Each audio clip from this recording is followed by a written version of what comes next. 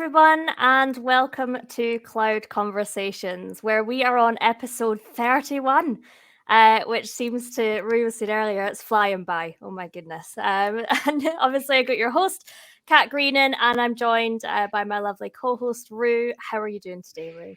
Yeah, not bad. I'm all good. I guess just before the show, we were talking about the weather because that's all British people do is talk about the weather. So I'm in a good mood because it's quite dry up here. But yeah, I've got the honor of introducing today's guest, who I've been trying to get on for a while. So I'm delighted he's finally made it here. So we've got Tim Hermie here, who's a Microsoft Enterprise Mobility MVP and also a Windows Insider MVP. He's a founding board member of Microsoft Cloud and Client Management Community, blogs over at cloudboy.be, and really is a general all-round expert, blogger, consultant on things to do with Endpoint Manager, Windows, EMS, and he joins us now. So Tim, how are you? I'm fine, thanks. Thanks for having me over. Good I'm stuff. glad we could make it work, because last time I was ill, indeed, but today I'm totally in order and good to go. Good. Wonderful. Well, I don't think that we can't cross-contaminate over the internet. So even No. if you were sick, I would hold you to it. But yeah, so I guess it'd be good for folks that are watching and listening to the show. Tell us a little bit about yourself. I mean, I obviously know you as an EMS MVP, and I'm a big fan of your blog and the work you do in the speaking. But can you just fill folks in what kind of stuff you cover? And I guess, how did you get here? Yeah, of course. Yeah, I'm an Enterprise Mobility MVP for 2 years now. I also got awarded the Windows Insider MVP last year. So my focus is mostly on endpoint management and the security stack that comes with it, and of course Windows 10. My career path hasn't always been that easy, but I've always been passionate about IT because I grew up with IT. My father was a programmer, so I can even remember getting birthday gifts like these boxes with CD-ROMs in it, programming for kids, and I really loved it at the time. So, but yeah, I grew up at IT. The downside of my story a little bit, if I can talk about a little bit, is yeah, I was a real rebel in my teenage years. I'm a punk rocker. I played in a band. We toured. I'm full of tattoos also. So the way into IT was not so easy for me, because I got a lot of interviews that I aced at top firms or top companies or companies that were at the top of my list at least, but I got rejected for appearance and stuff. So, but I got there. It took a little longer, but I got there in the end. And yeah. Wow, it's funny you say that because you kind of don't think that should really be much of a problem these days. But I guess your experience is different. And Yeah, was it that corporate kind of culture that was against it? but I noticed a change the last years because it's more and more approved these days of having tattoos. And for me it's the skills that matter, not how you look. But when I started applying for IT jobs in the beginning, I'm speaking now about 15 to 18 years ago. The mindset was not really what it is today. But I'm really happy that the mindset changed and it all became more open. But it wasn't that back in the days for sure. Yeah. That's so crazy. That 15 to 20, that's not even that long ago. No. I was indeed. thinking, I was like, Tim, you don't look that old. Surely it's not. Yeah, way back then. But yeah, they always say I look younger, but I'm 40, so I'm not that young anymore. Also, but I still feel like I'm 20, so that's okay. do you still have the tattoos? Did you get rid of any, or do you still have? Oh them? no, I just got 3 new ones Friday, so I'm still busy with tattoos. Yeah, Awesome. definitely. What kind of, like, how do you? Because I don't have any. I'm totally fresh skinned, but a bunch of my mates have them. What's your kind of approach to them? Like, what inspires you when you decide to get one? Is there usually a story behind it? In the beginning, there was always a story behind it, but the last years I stepped off of putting a story on my body, and now I mostly look at something that's aesthetically pretty for me, and it's enough to put it on my body. Not everything has a story, but a lot of them do have one. Like when my son was born, 4 years and a half ago now. Yeah, a week after he was born, I was already at the tattoo artist to get his name on my knuckles and this nice tattoo on my hand palm. So it's a little bit of a passion of me that I can't Nice. get rid of, I think. Yeah. Nice. You got to ask anyone that's got a lot of tattoos, you always have to ask them, what was the sorest one? Because you just mentioned the palm of your hand. Is that right? That sounds quite That's sore. pretty okay. Yeah. No, I have a big one on my chest here, and that was the most painful one. Yeah. I'll bet. That was 3 hours of pain, but the rest is mostly on my arms. I have 2 sleeves. That's pretty okay for putting it. Good stuff. I'm very surprised that you don't have any tattoos. The beard just makes me associate tattoos with that. Right, And so you a love little bit of metal, stereotyping going on. Okay, and a you little bit of love stereotyping. metal as well. But I've got a tattoo, and I just thought it would have been swapped round. You have one, and I don't. All right. No. I'm a coward, quite frankly. So that's why I don't have any. Plus, I'm too indecisive. I would get it, and then a week later, I would hate it. So I get. Do you any regrets? Because you do see there's like TV shows now where people will go on to get their tattoos removed. No regrets. Yeah, I had one one of the earliest tattoos I put were 3 Chinese marks here in the front of my arm, but I got something put over it already. So, but that's the only one that I regretted. I was only 18 then, so. Right. Good stuff. And you mentioned you were in a band, and you've kind of got that the whole punk thing going. Is that something you still do, or have you kind of mellowed down as time's gone by? I wish I still did it, but I don't have time anymore for it. I did music school for 10 years. I played in a punk rock band for I think 4 to 6 years. But timing wise, I chose another path. Sometimes I have regrets, of course, but it's something that you choose. If I look at the members now that I played with back in the days, they all have bands that are popular, that are touring Europe and stuff. But I'm really happy with the path I chose also, so I have no regrets there. But it was a fun period then, and I had a lot of fun there. Yeah. Awesome, good stuff. What instrument did you play in the band? Guitar, electric guitar. Yeah. Oh, cool, nice. No, I've got a lot of respect for people that can play the guitar because I couldn't to save myself. So that's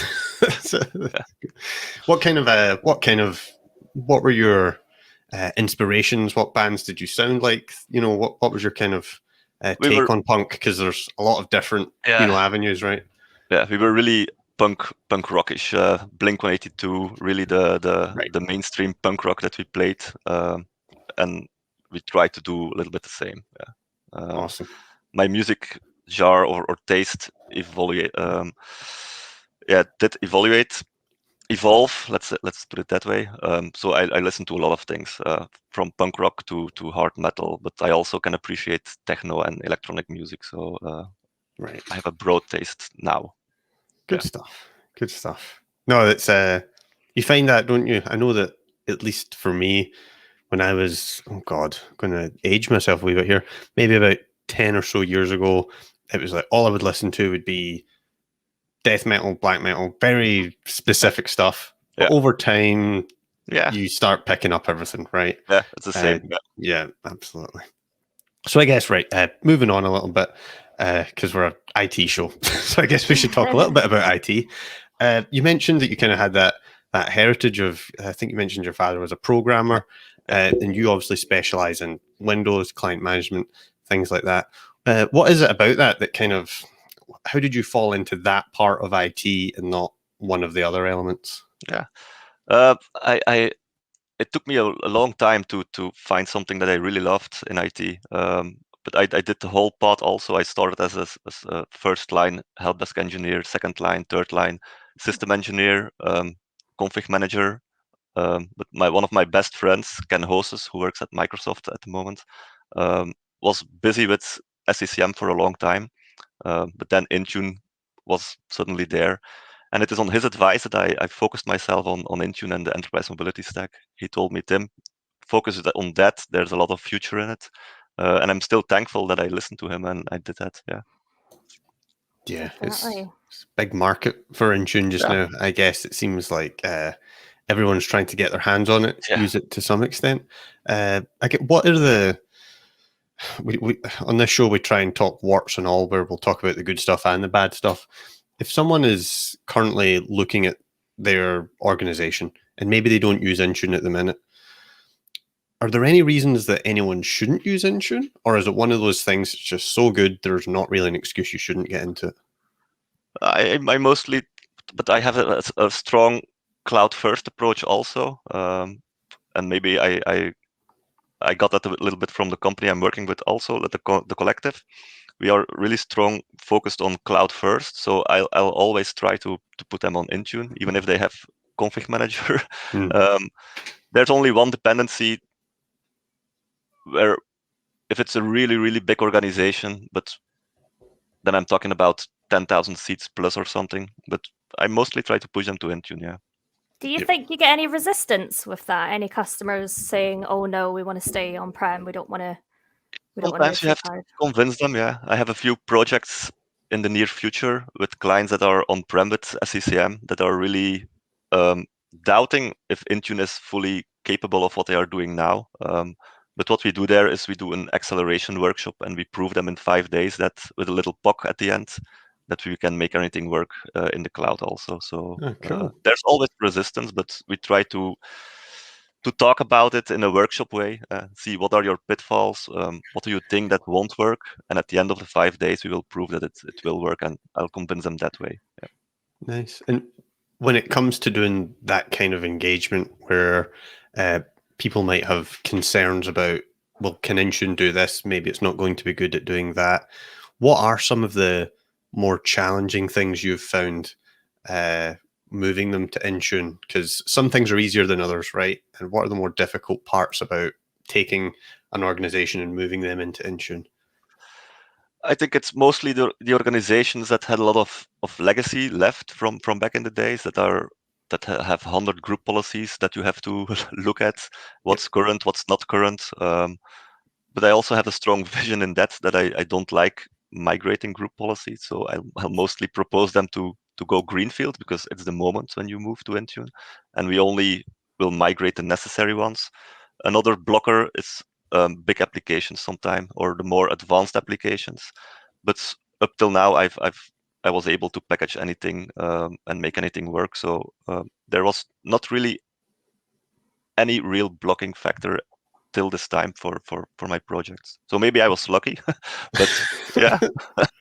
No, it's true. You can kind of, it's not always simple, but you can usually find a way around almost everything with Intune, right? Yeah. At the end of the day, you've got PowerShell in your back pocket, and it can kind of make anything possible. Yeah. Right. Sometimes you have to think a little bit out of the box, but that's what makes it exciting for me. Yeah. One of the things I found as well, you mentioned how you don't really like to just assume we should migrate all group policy. Because one of the things I found is when you go into not all environments, but maybe some of the larger environments, you will find so many group policies that, quite frankly, why are they there? What's the point? Geez, I need to be careful here. Some IT departments get a little bit obsessive about controlling what Windows looks and feels like to users, right? And they'll create a group policy that, for example, will stop you doing one tiny little thing, right? So, for example, changing a group policy that will stop you being able to disable Windows system sounds. I've seen that. And it's kind of like, just focus on important stuff. That's kind of my advice, right? Yeah, of course. And I guess, do you find that when you're going with Intune, how much freedom would you give the user versus controlling the computer, right? I'll give them a lot of freedom. Right. I'm not blocking things that we give them a lot of freedom. We won't make them local admin on their device. That's a no-brainer, of course. But I'm not busy a lot of time with configuring how the start menu has to look, or how I have to pin that there, or it's the computer of the end user. What he does with it is okay. And my main focus is on securing it. That's the important part, and making some configurations on the productivity side. I think those two are more important than those little details, like you said, that some companies want, but I like to give a little bit of freedom to my end users also. Definitely. I think that's important as well because they're the ones consuming the technology. When you're supposed to be, securing it, and we've seen organizations get. Yeah, I'm not on the Intune side myself, but I obviously speaking to some of the consultants, and they just customers where they block the camera being used on like a mobile device or something, where it's like, do you really need that? The camera can come in really handy if you're using like power apps for things, and so do you find that, because I guess when I as an end user, I just want to be able to just pick up any device that I'm using. I don't care who owns it. I just want to work from whichever device. So do you find a lot of organizations now pushing towards being managing personal devices as well as corporate, or are most organizations just saying, no, we're just going to give you your device, we secure it, that's it? Or do you find a mixture? There's definitely a mixture there. Yeah. A lot of companies have managed devices because they buy them for their end users, but there are still a lot of companies that don't do that, but they allow the end users to read their corporate mail and stuff, but they like to secure the corporate data, of course. And I think it's a 50-50 mixture, definitely. Yeah, the BYOD thing it's difficult to manage, I guess.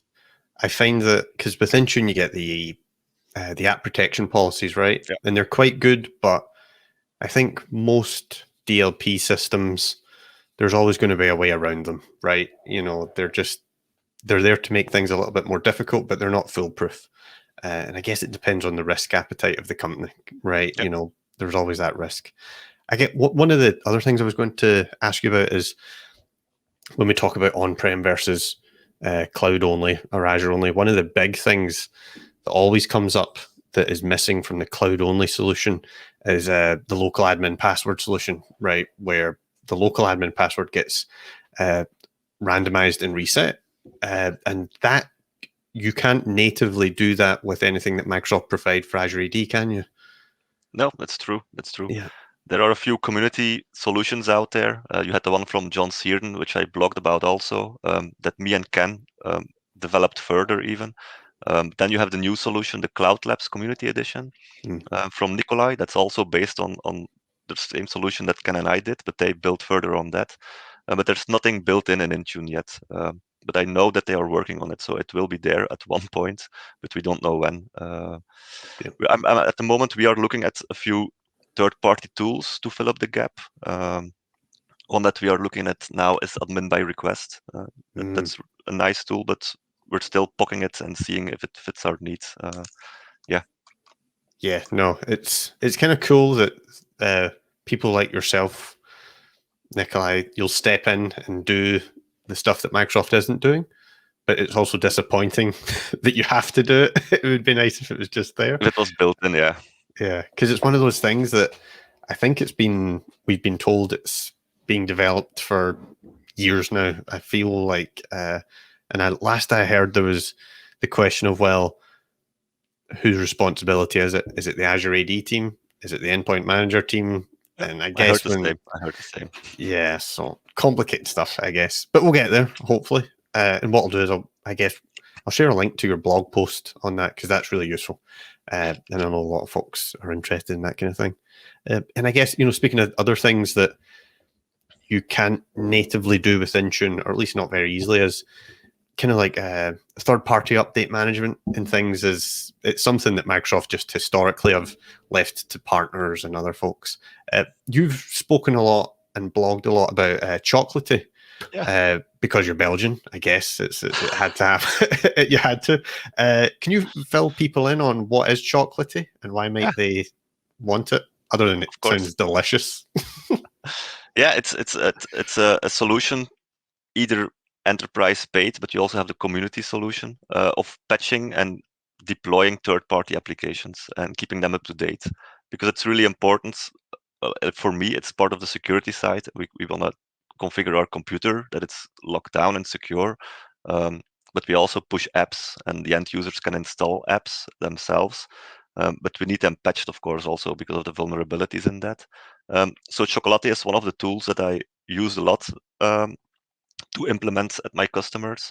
But there are some other ones also, like Patch My PC. It's a well-known, and Scapman. It's also a Belgian product that recently got developed by two friends of me. That's also really worth looking into. Yeah. Oh, cool. Yeah, because I've seen quite a few folks blogging about Scatman. I know Alex Field put out a blog about it. I might have even seen you put out a blog about it. I'm Yeah, not sure. I've blogged Right. about it also. Yeah. Awesome. So when would you choose which one to use? Why would you? Because I'm guessing you have to pay for Scatman, whereas Chocolatey is free. So Yeah. why would you choose Scatman then? I've to be honest, I really stepped away a little bit from Chocolatey last year because they put some restrictions on the community edition. So if you implement it, there are some restrictions that if patching happens, that after 10 calls you will get blocked for 1 hour. So it's really hard now to implement Right.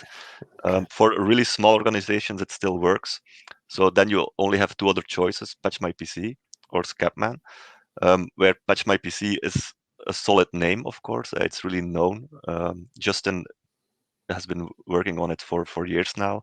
They also have Jam now in their team, David James, who is that's a really big crazy. name. Yeah, it's really crazy. That's a good name. Their license price is amazing. They're not expensive.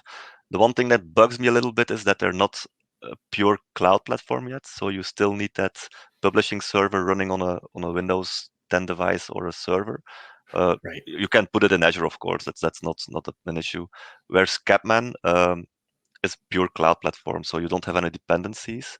The licensing is a little bit different, but it's hard to choose at the moment which products. I'll mostly show them both at my customer, and I'll let them decide what they want. Do they want a name that has a solid name for years now, or are they going with Scapman? That's a startup really, because they don't exist for 1 year.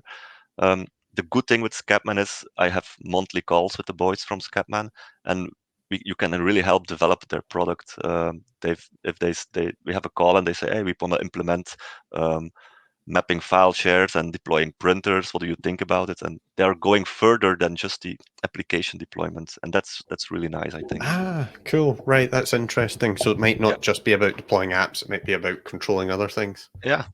Right, Like interesting. putting registry keys, and they're all gonna put it in there also. So it's really That's quite neat. appealing. Yeah, that Yeah. sounds quite good because I know that when I show customers Intune, two of the things you can do, but there's no nice GUI for it in the same way there would have been in something like group policy preferences, is print management and registry keys and all that kind of thing. Yeah. Right. So that's interesting. That sounds cool. I'll need to look into that. Yeah. And I get so. On you go, Kat. I'm talking. I'm sorry. You get me started on Intune, and I can't stop. I know. I wondered if we might take a little right turn and talk a little bit about the mentoring that you've been involved in. So when I saw that, because you've been nominated for the most valuable mentor award from Microsoft, and I thought, my goodness, that's incredible. It's something that I've never done, and I just thought it was so interesting. So could you talk a little bit about that award, how you got into mentoring, and did you find it developed you as well doing the mentoring, and what kind of benefits it brought? That would be really interesting to hear. Yeah, of course. It started, I think, 3-4 years ago when we mentored some high school students that did their, how do you say it in English? Yeah, their last months they had to do a project at a company, so I helped them with it. How did I get my award? There was one student, Berkant, who is also working at the collective now, even. I gave him a project. I also have a very own way of mentoring. I'm not holding their hands because that's not mentoring for me. I'm not telling them what to do. I try to motivate them. I try to give them tasks. I'll see how they do it, and I'll give feedback on how I would do it different so that they can learn about it. But of course, myself, I also learn a lot of things about it because I can give a task, and I have this thing in my head from, okay, he will do it this.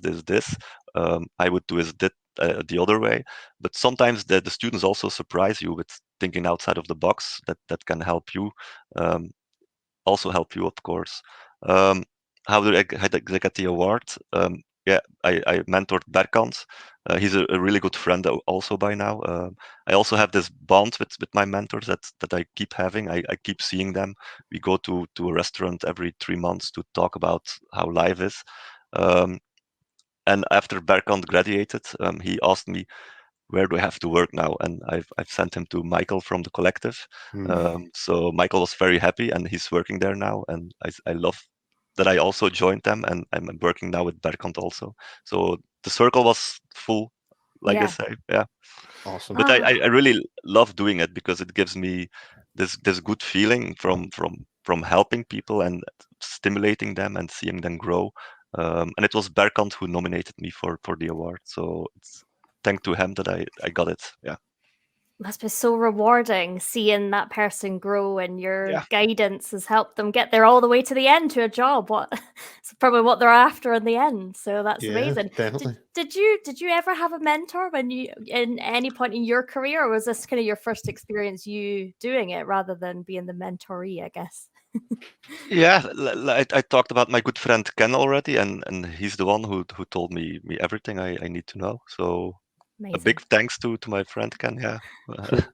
Awesome. A big shout out. Yeah. And And still, for- if I don't know anything at the moment, or if I'm doing a project with SCCM, but I know a lot of SCCM, but not everything. He's the first one I'm gonna ping. It's always is Ken from, hey, can you help me with that? And it's also a bond that keeps living. So that's cool. Awesome. No, it's nice. It's one we talk about it all the time in this show. Is it's nice how much time people are willing to give, to help other folks within the Microsoft world kind of grow and learn. And it sounds like you're kind of giving back in that way, right? And for him to land a job at the collective, that's amazing. Because you guys are held. Well, at least I hold you guys in such a high regard because you guys are so you're just killing it. Like when I look at the team that you guys have full of MVPs and the kind of boundaries you're pushing and things like Sentinel and the stuff that Tej does with automation and all that, very impressive stuff. So that's pretty cool. Good stuff. Yeah, I'm really happy I joined those guys. Yeah, it was supposed to happen. So Can no you tell regrets us there about also. how you ended up joining them? What happened Yeah, there? I know Michael for a few years already now, and we already had a few calls a few years back from, hey, can you come? Don't you want to come join us? But I had a dedication with another firm then. I went freelance last year, so I already work for a while for the collective. In the beginning, it was 1 day in the week and 4 days for the other partner, but that's quickly shifted to a full-time connection with the collective. So, like I said, I'm a freelance, but 99% of my time is solely with the collective. I only do a few things left with my own company, like workshops, but mostly goes through the collective now. And I'm really happy that I met Michael a few years ago because he's a really talented guy. It's insane. And Tez also. That's Amazing. yeah. I bet they're really pleased with you as well, because you're just mentoring all these kids to like be another Tim Hermie and another, and then bringing them on board. You're basically their hiring committee. I only brought one in at the one moment. Yeah, I bet they're very pleased about that. But that's important. That's important for people to learn from the experts. And I noticed, so as well as I mean, the list of like certifications you have, Tim, is just goes off the page, really, doesn't it? Because you've got every Microsoft MVP. There's the most valued mentor. There was another one on there which I wasn't really familiar with, Windows Insider MVP. Yeah. I wondered if you could talk a little bit about that, what that involves. Yeah, you have the Windows Insider program, and it's about the updates, the Windows updates. So you can join the Insider program. You have a few channels there. How did I roll into that? To be honest, you have to be nominated, and I still don't know who nominated me. So it's it's also still a question for me. But I got nominated. I filled in the nomination form, and I got a reward afterwards. I don't speak a lot about Insider, but I do a lot of feedback in the feedback hub. I always have Insider builds running, and I also implement it in all my projects also. So I'm really a fan of Windows Insider. So let's hope I get renewed next year also. No, But I that's kind really of cool. rolled into it. It's also still a little bit a mystery for me. How do you, as far as kind of staying up to date and things? Because I'll be honest, I haven't upgraded to Windows 11 yet. What's your kind of experience been with Windows 11? Good, bad, Yeah, middle? good. In the beginning there were a few bugs that my screen was sometimes scrambled, so I had to lock it and it was unscrambled again. But Right. the last month it runs really fluently. Yeah. Nice, good stuff. There's a few. I know it's funny because it's one of those things that I know I'm going to have to do it eventually, but there's a few tiny little problems that really annoy me about it. Like when you right click, you have to go to more options to see more things. I hope they Uh, fix that, because that's really annoying for me also. Yeah. yeah, it's funny, but hey ho, it's these things. The update cycle is so constant now, right? It's not like we Yeah. need to wait 2 years No, for a no. service pack to fix that kind Yeah. of thing. And the good thing, I think, is with the Windows updates now, with Windows 10, we have 2 feature updates a year, and it's going to be changing again to 1. So I'm really a fan of that. So yeah, I'm curious how it will evolve with Windows 11. Yeah, that's a good point actually, because with Windows 10, the 2 feature packs per year, they started off being quite impressive, and then you got less and less each time. Yeah. And also, what confused a lot of folks was the maintenance of those and the end of life, because depending on, I think it was the first half gets a longer maintenance cycle than the second half, I think, or it could be the other way around, but that's quite confusing. Yeah, it is indeed. So I think it's a good move that they go back to one feature update a year. It will be better for a lot of organizations also, because we also see a lot of companies now that are always skipping one update with Windows 10. So yeah, I think that's a good move. Awesome, good stuff. So I guess, if I kind of think away a little bit away from IT and I go back to you kind of mentioned how you had that uh, those punk roots, right?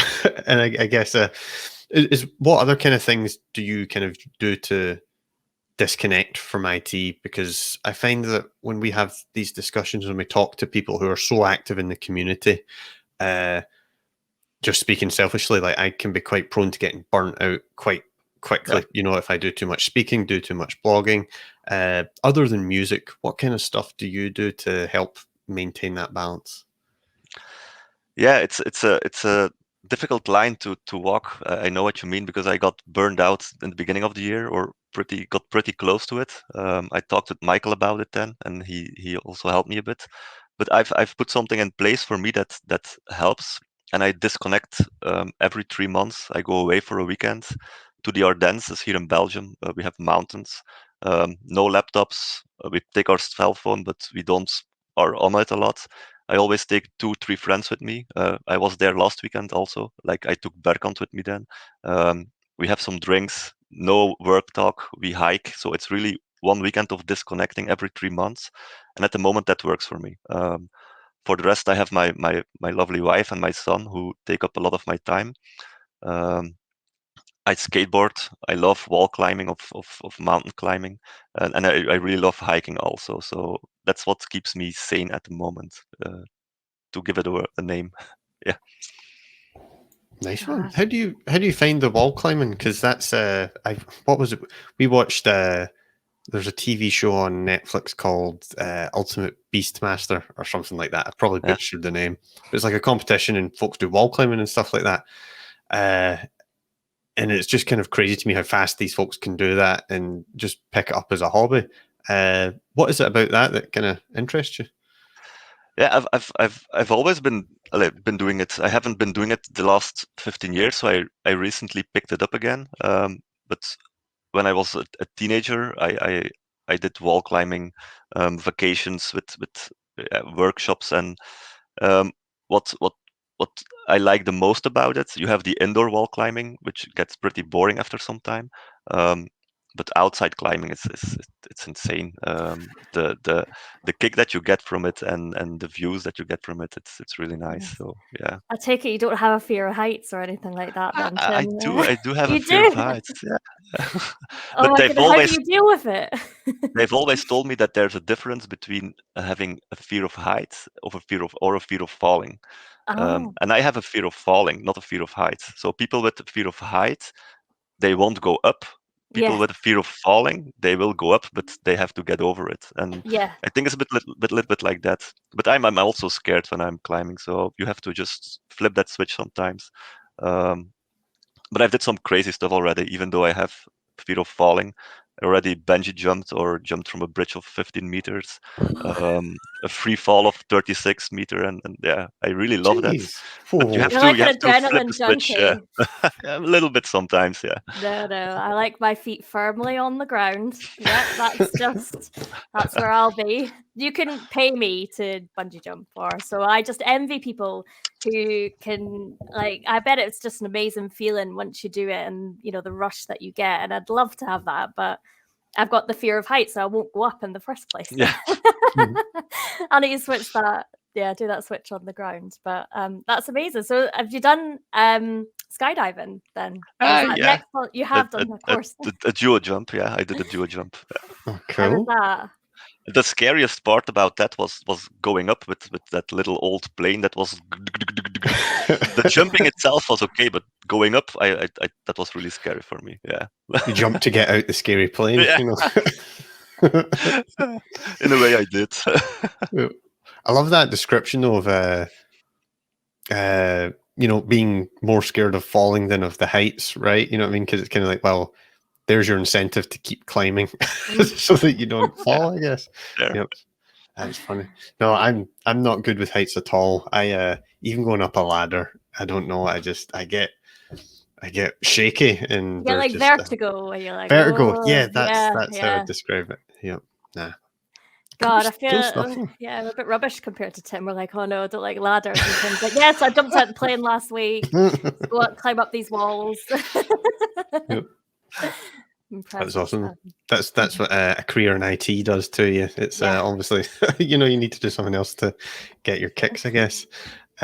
Cool, awesome. So I guess one of the other things that we the kind of the obligatory thing that we have to divulge to on this show is the obligatory question about Terminator, because we're just trapped in this loop that we can't get out of, because if we stop talking about Terminator, it upsets people.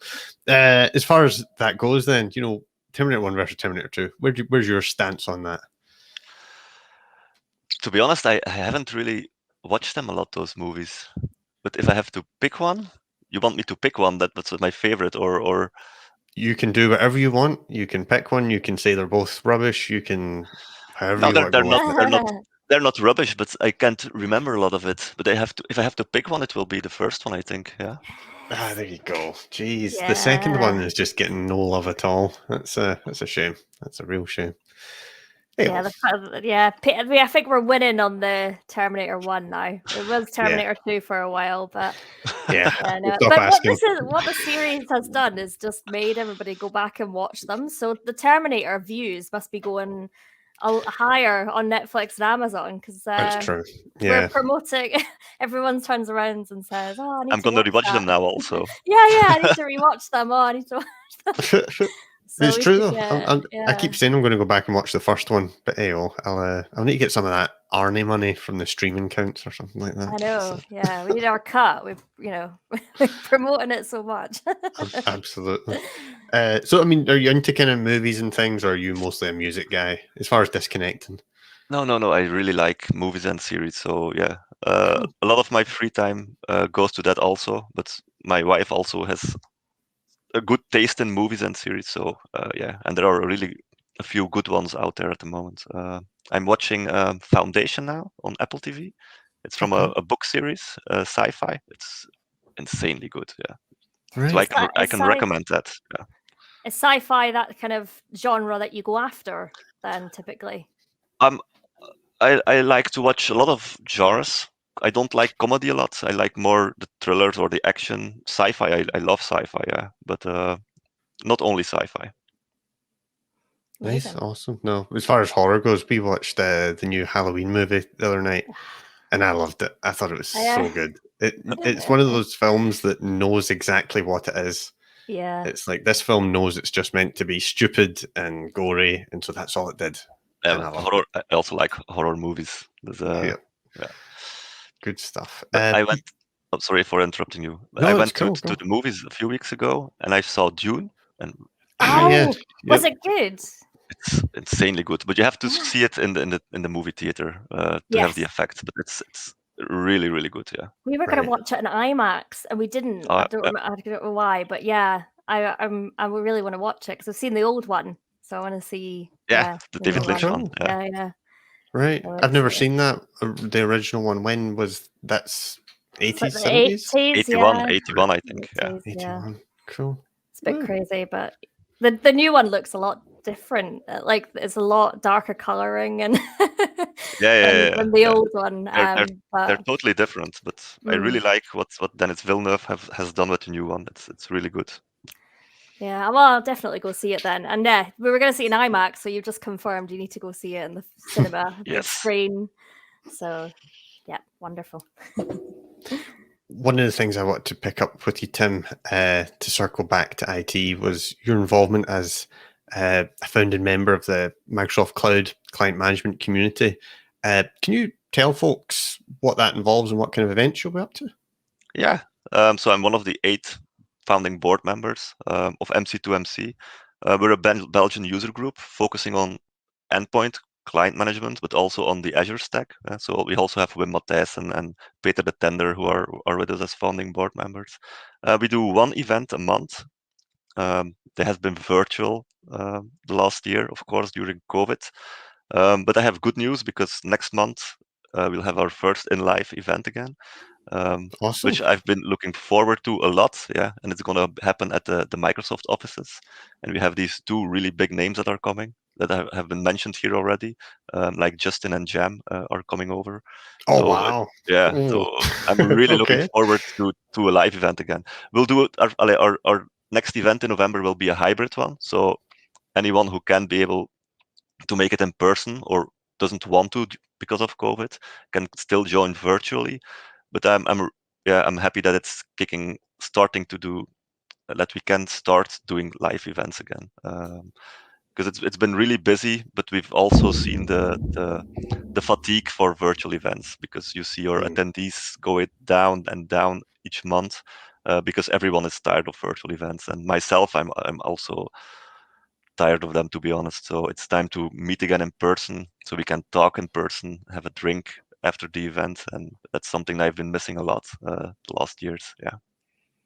Totally agree. I see so many people now on Twitter sharing pictures of going to live events. Kat was obviously just down at an event in the south of England called South Coast Summit. And I just get so jealous of seeing everyone finally being able to meet up again.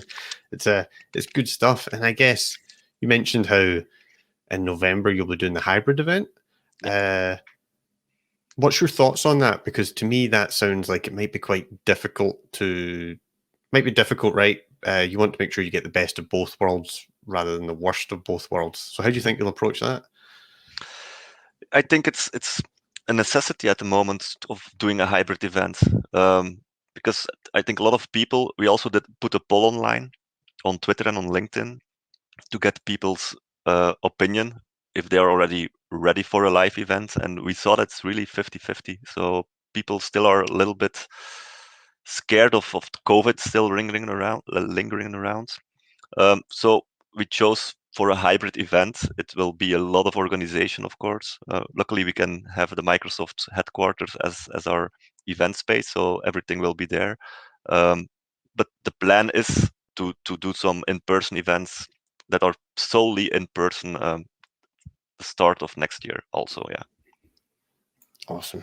What type of speakers do you have at the events? Is it kind of other MVPs? Is it new speakers, a mixture, or? Yeah, it's a mixture. We promote new speakers to put in sessions for us because we really stimulate them of talking with us. We had a lot of new speakers the last years, but it's mostly a mixture with well-known speakers, a few MVPs, new speakers. We also have one woman in tech night a year or two with only female speakers, for example. And cool. yeah, we'll try to be diverse and not the regular user group. We try to stand out a little bit on that field, and that's working well at the moment. So yeah. Wow, Awesome. amazing. I'm not seeing too, everybody, we should all try to be as inclusive as possible, but I think that's such a good idea to just do, okay, we'll do a night where we encourage the female speakers. And sometimes I guess for a female speaker in IT, it might be more comfortable for them to speak alongside other women and might encourage them to apply in that case as well. So that's such a great idea. I'm glad. I'll give that a little promotion for you on social media. I love that. Good stuff. Good stuff. So I guess, conscious of time, because you're a family man and I don't want to steal away all the day from you. As far as folks finding you online, anything else you've got to share, how can folks hit you up? Yeah, I have my own website, cloud-boy.be. It's been really quiet the last year on that site, and I really know because I have been speaking a lot, but my focus will be putting on blogging again in 2022. So I'll be blogging a lot more and probably speaking a little bit less then. I'm very active in the community, so I'm also open for anyone. If you have any question, you'll see that I will always reply. I can't promise that I'll reply within the hour, but I'll always reply for questions. But yeah, that's a little bit what my plans are for 2022. More blogging, maybe a little less speaking because it has been overkill the last year. So I'll put my efforts in blogging again, or that's the plan at least. Yeah. No, awesome. Looking forward to it. I love a lot of your stuff. Stuff you've done on things like Hello Multifactor and Modern Workplace. A lot of good stuff. So looking forward to it. Great. Okay, right. I think we'll sign out on that point. So, for Cloud Conversations, I've been Rukam. Thanks everyone for listening. Kat, Tim, it's been a pleasure. It's a pleasure. Thanks Pleasure, so much. Kat. Awesome. Bye. Cheers, everyone. Bye.